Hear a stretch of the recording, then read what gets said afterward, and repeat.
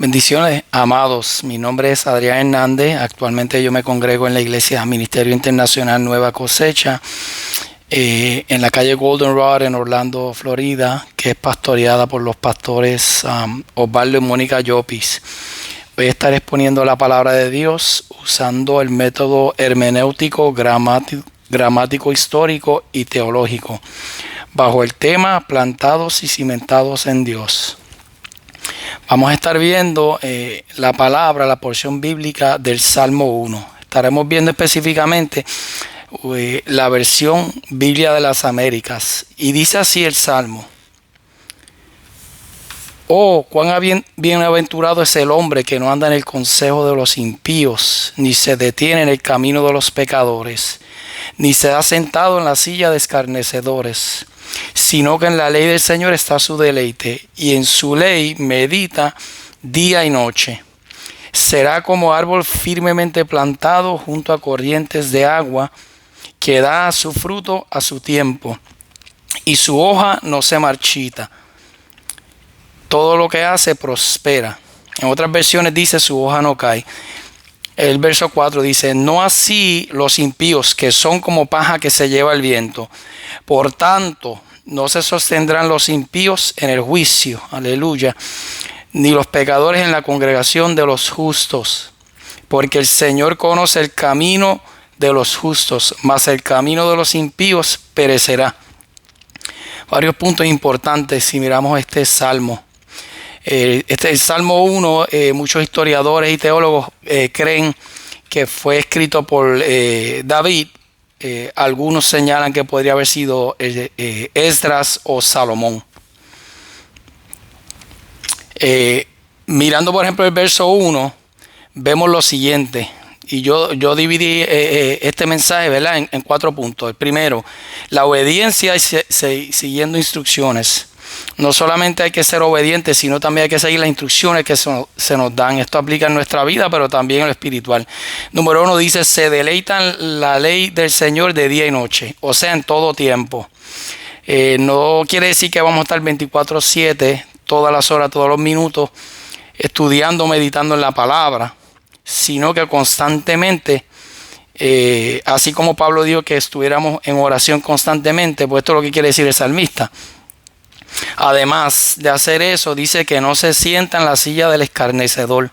El escarnecedor, o sea, el malvado, el que no es justo, el que se burla o ridiculiza a otros. A Dios no le agrada que nos burlemos de los demás. Ojo, que a veces, aún siendo creyentes, podemos caer en esto. Número 2, el obediente, el justo, medita en la ley del Señor.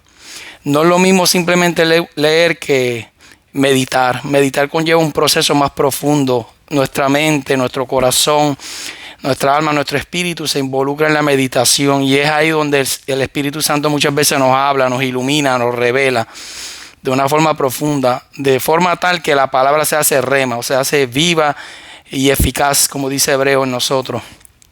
Punto número 2, la desobediencia, porque en este salmo lo que vemos es una comparación, un contraste entre el obediente y el justo y el desobediente. Dice que el obediente no anda en el consejo de los malos, o sea, que no presta atención a los que le dicen. O sea, no debemos de hacer eso. El contexto es que los malos no obedecen la voluntad de Dios expresada en la Biblia, los mandamientos. Por el contrario, el injusto o el malvado andan en su propia opinión, en su propia sabiduría, y siguen el consejo del mundo, no de la palabra. Número 2, no se detiene en camino de pecadores. O sea, nosotros no debemos de pararnos en el camino de los pecadores. En nuestro caminar diario, en nuestra vida, encontramos a veces personas que están en pecado. A veces pueden ser amistades, gente cerca de nosotros o familia. Pero aunque los encontremos en nuestro camino, no debemos detenernos ahí, sino debemos de seguir el camino, como dijo el Señor, ¿verdad? El camino que lleva a la vida eterna y que es estrecho, ¿verdad? Que es difícil en el sentido porque son pocos los que lo hallan, dijo Jesús. ¿Cuál es el resultado? Punto número 3. El resultado del que obedece. La mayoría de los árboles, el salmista hace una comparación, ¿verdad?, con con los árboles, con las plantas, y dice que dará su fruto y su hoja no cae o no se marchita, dice la versión de las Américas. Casi todos los árboles o plantas dan fruto en tiempos específicos durante el año, que es en invierno, en verano, en otoño, en primavera, ¿verdad? Pero hay algunos árboles que dan fruto todo el año. Y nos compara con ese tipo de árbol, o sea que es un árbol o una planta especial porque puede dar fruto todo el año. Eso es algo, ¿verdad?, que el salmista recalca. Recordemos que si David es el que escribe esto, David se pasaba mucho tiempo en la naturaleza, ¿verdad?, porque era pastor de ovejas y también aprendió a conocer mucho sobre la agricultura, la botánica, las plantas. La obediencia a la palabra de Dios va a permitir que nosotros demos fruto en todas las áreas de nuestra vida. Es interesante porque a veces llevamos todo demasiado a lo espiritual, pero esto tiene que ver en todo. Fíjese que el Salmo dice, y todo lo que hace prosperará.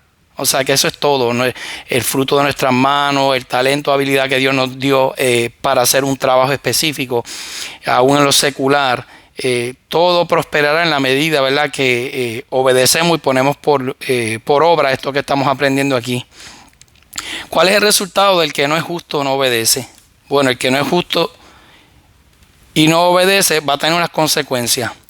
Dice que no se sostendrán en el día del juicio. O sea, serán juzgados y hallados culpables porque no tendrán la recompensa de los justos. Recordemos que no es que seamos mejores que otros, pero en Cristo hemos sido justificados. O sea que por medio de Jesucristo tenemos perdón cuando nos arrepentimos genuinamente y cuando dejamos que la palabra y el Espíritu Santo hagan una obra para cambiar nuestra forma de ser, porque no basta con arrepentirse, sino que tiene que haber un cambio en nosotros. Por eso es que el Espíritu Santo está presente en nuestras vidas. El injusto, el desobediente, va a pagar en esta vida de diferentes formas, ¿verdad?, por su desobediencia, porque todo lo que hacemos en la vida tiene consecuencias. Y pagará más allá, ¿verdad?, si muere en desobediencia sin recibir el perdón y la salvación que solo es posible por medio de Jesucristo. Pagará en la eternidad también. Finalmente, el verso 6 es hermoso y resume todo diciendo que el que nos da la recompensa es Dios. Porque dice que Él conoce nuestros caminos y lo que hay en nuestro corazón. Hay otra porción bíblica que dice que no está la palabra en nuestra boca y aquí ya tú la sabes toda, ¿verdad? Y el Señor le dijo al profeta Jeremías que Él es el único que conoce el corazón y que nuestro corazón puede ser perverso o traicionero, ¿verdad? Por eso es que tenemos que constantemente meditar en la palabra, que es lo que nos exhorta este salmo, meditar y ponerla por obra, porque nuestro corazón puede ser engañoso, nuestra voluntad, nuestros sentimientos, emociones, ¿verdad? Y termina, ¿verdad?, el salmo diciendo,